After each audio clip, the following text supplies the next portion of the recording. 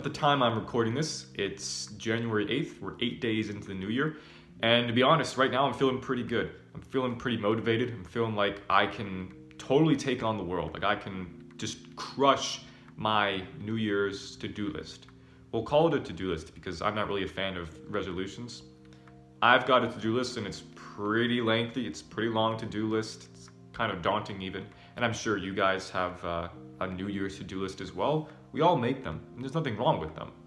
The New Year's it's a symbolic rebirth of sorts, because what the New Year allows you to do is you can discard who you were in the past year. You can leave your self that you weren't so pleased with from last year in the past. You can leave it in the past, let it die, and you can be reborn. You can shed your skin and you can be a new you. You know, how does it go?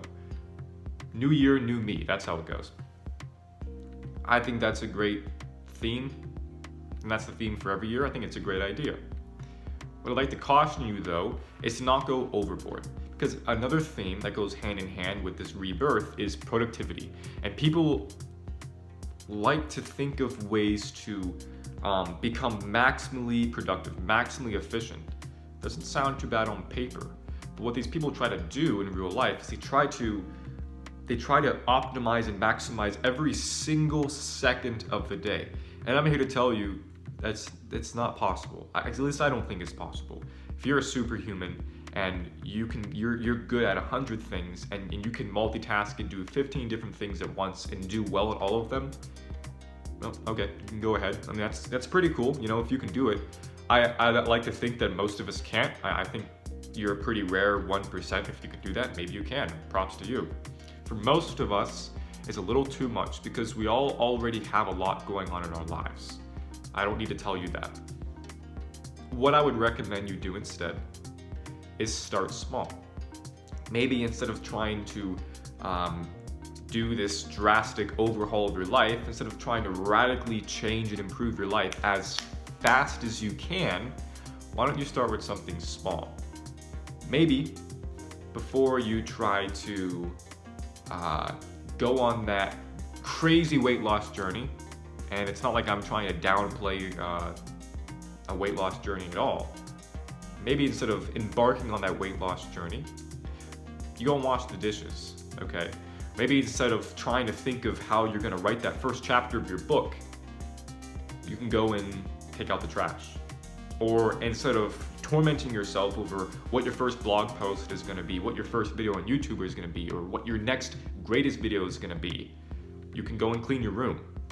Try that. Go and clean your room before you try and make this drastic change in your life, before you try to commit yourself to this extreme diet and killing yourself in the gym, you know, to try and lose weight, or whatever else you've got going on in your life. That's just one example, of course.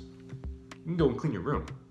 You can go and spend an hour, which is, I think is also, it's kind of a meditative technique as well, you know, going and cleaning your room for an hour. There's something meditative about it.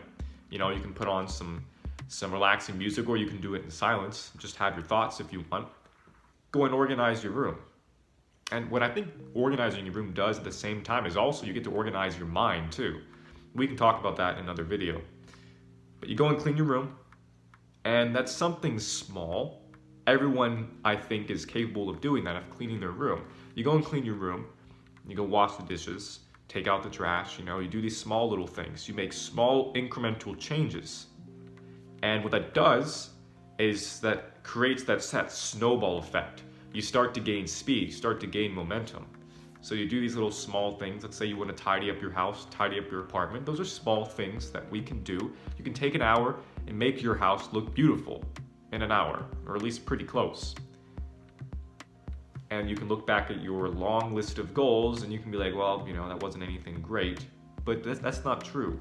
They're small, but that doesn't mean they lack in significance at all.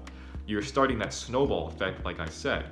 So you do these small things, and eventually you've gained enough speed and momentum to where you can go and tackle that first chapter of your book, or that first blog post, you know, or the first video. You can start the first day of your diet, or go to the gym and start your first workout, or whatever else it is, whatever project, whatever goal towards self-improvement that you're working toward. But start small. Start with those baby steps. before you go and try to drastically change your life as fast as you can, because I'm telling you, all that's going to do is it's going to lead to burnout. I've tried it before. I've tried to do a million things at once to do a drastic overhaul of my life. It's too much.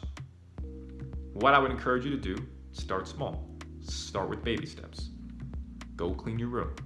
Go clean your room first, and then go back, take a look at your list, and I bet you by then, you've got some momentum, you've got that snowball starting to roll, and then you can go tackle the next obstacle. But first, go clean your room. I'll catch you in the next video, guys.